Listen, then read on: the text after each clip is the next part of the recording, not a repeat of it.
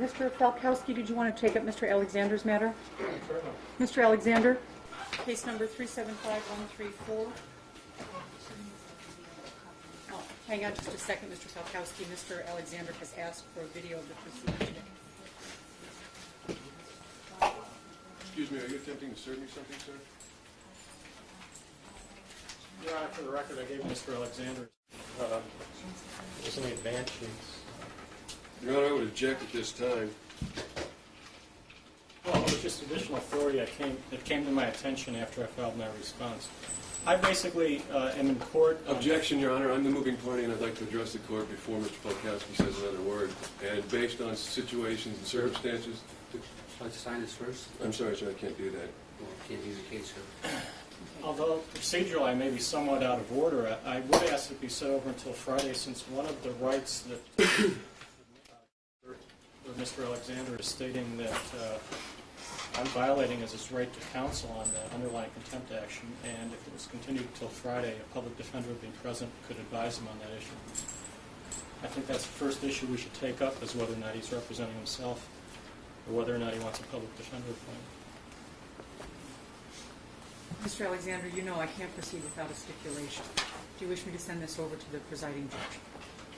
Your Honor, if I may briefly address the court. Okay, it will have to be brief, Mr. Alexander. Briefly, Your Honor. Because I do have 4 trials. Pursuant to documents filed in the United States District Court this day, Fresno County Superior Court judges en banc, including all, the full court, are named expect adverse parties in a federal class action lawsuit. Thus, it would be inappropriate for any Fresno County Superior Court judge to hear this case. Equally, it is my intent, pursuant to my authority under California Penal Code, Section 837, place Mr. Falkowski under citizen's arrest. On what basis, sir? Violation of Penal Code Section 166, as well as 422.6, 422.7. At this point in time, I am additionally requesting that a peace officer of the state of California takes that individual who I now deliver into custody. You may cite him out pursuant to Penal Code Section 849, sub B1. That's your discretion. Additionally, Your Honor, I would leave the court a copy momentarily, my personal file copy of said petition under Federal Rules of Civil Procedure Rule 27, filed this day with the federal court. I will be additionally going over and serving the presiding judge en banc. Tom, if you could hand me a copy of that Mr. Alexander has. Now, I would like to have this back, Your Honor, and while the matter is under consideration, I would like to depart from the courtroom, proceed with my associates across the street to serve the presiding judge. Also, my associate here today has a duplicate copy for which we would like to serve on Mr. Falkowski. Therefore, I would request that these documents, whatever they are, be returned to Mr. Falkowski, and when it's determined how we proceed, such appropriate service would then take place. I believe, Your Honor, that Mr. Falkowski, everyone in the District Attorney's Office, pursuant to this Federal Rules of Civil Procedure Rule 27 petition, as well as every judge in the Fresno County court system appearing en banc, has a personal interest in the outcome of this matter, and therefore be inappropriate and create a conflict of interest. In the event I'm wrong, I would like a minimum of 2 days to prepare a 170.1A6C challenge for cause against each and every judge in the Fresno County Superior Court system. I'd go along with this request to continue the case for a couple of days until Friday. I think that's what should be done. I haven't had enough. Has this actually been filed? It was.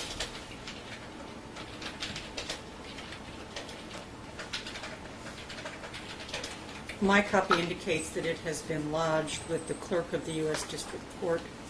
Miscellaneous cases as such are initially set before a magistrate, which has been explained to the federal court clerk to be inappropriate. The case has been titled for Courtroom 1 for the Honorable United States District Court Judge Robert E. Coyle. When cases as such and a petition as such are filed, they are assigned at the interim a miscellaneous case number, and therefore they are only logged and not officially filed until it actually goes to the magistrate and then proceeds to the federal court judge for review. At that point in time, it will be assigned a permanent case number for which the following class action lawsuit will additionally be titled under the same case number. Again, I was just given a copy of it a minute ago, and there's no named defendants. Expected adverse parties, I believe, are listed on page 6.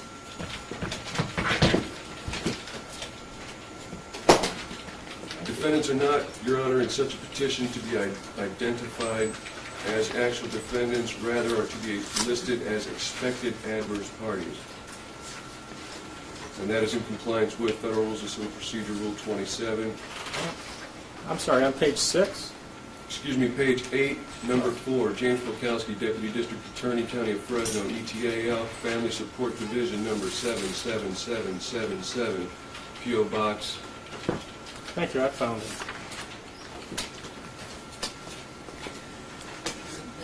Now, Mr. Alexander, you said these were your copies that you wanted That is to my return? personal copy, Your Honor, that is correct.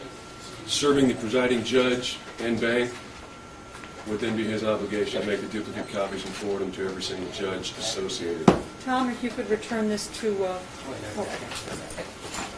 this matter is continued without prejudice to any pending interest before the court to Friday, October the 25th at 1:30. And I guess the first issue that we'll take up is the pendency of an action that might require proceedings in this court being stayed while the federal court addresses Mr. Alexander's questions. So, Mr. Alexander, we'll see you back here on Friday at 1:30. Your Honor, I got the name of the gentleman, Dennis, who served me with the papers. I'd like, you said he was your associate? He is at this time now to be considered as a prospective co-plaintiff in the class action for which I have been asked to represent such federal interest and rights at stake in the matter. Okay, as a prospective co-plaintiff, I'd ask that he give me his address so that I would know how to contact him. Sure. My address is California. Phone number 6.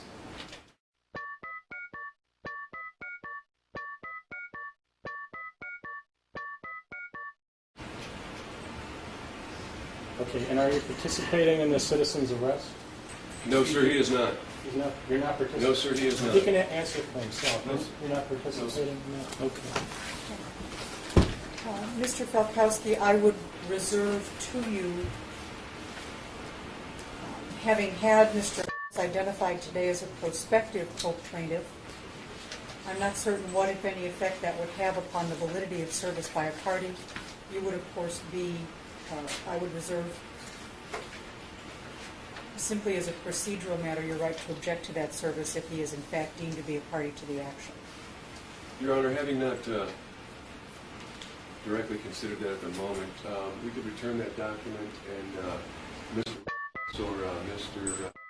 You'd like to serve him? I've already been served. He's not Well, let's complaining at this avoid- point. let's I am avoid any- simply, just a second. Your Mr. Honor? Alexander, just a second. Mr. Falkowski, you're excused. Mr. Alexander, this matter is continued to Friday at 1:30. Thank you, Your Honor. Is Mr. Falkowski being taken into custody pursuant to my deliverance to this California peace officer? Mr. Falkowski is subject to the jurisdiction of this court, and he will respond when the court orders him to do so. Let the record reflect as such, Your Honor. Thank you very much. Yeah. When may I obtain my video copy of today's proceedings, Your Honor? As soon as the proceedings are concluded, we'll pull the tape out and give it to you. Thank you, Your Honor. I'll return at the end of the court's business this day. Thank you. Actually, It wasn't on record because you guys proceeded before I put the tape in the machine. Isn't that amazing? I can make that copy off that tape at the end of the day, and I will give you a call, and you will have your picture. Thank you kindly, ma'am.